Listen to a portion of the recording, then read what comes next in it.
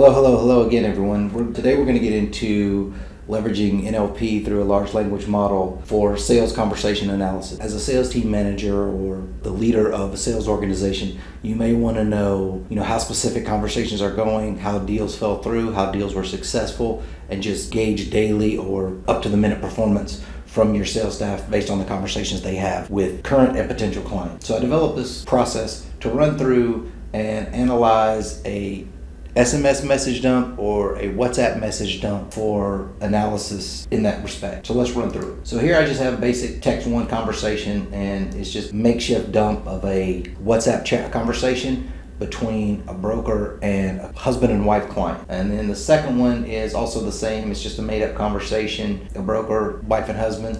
And the third is the exact same thing. And you see the output is the conversation was contentious.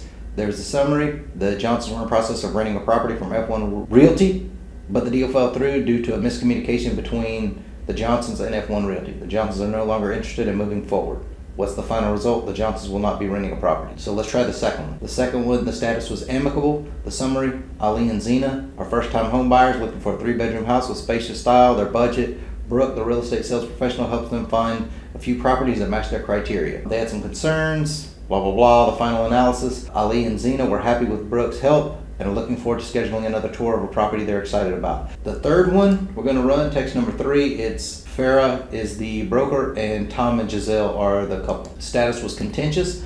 The summary, Tom and Giselle were looking for a house to buy. They have a list of criteria. Farah tries to address their concerns, but Tom and Giselle are still not happy. Finally, Farah makes a comment about Tom and Giselle's budget, which they find offensive. They end the conversation saying they will not be working with Farah or her firm again.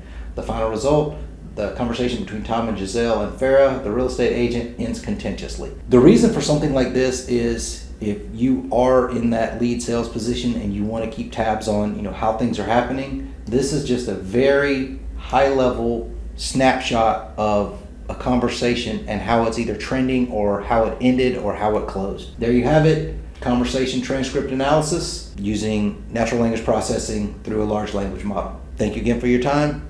FalconsAI 125.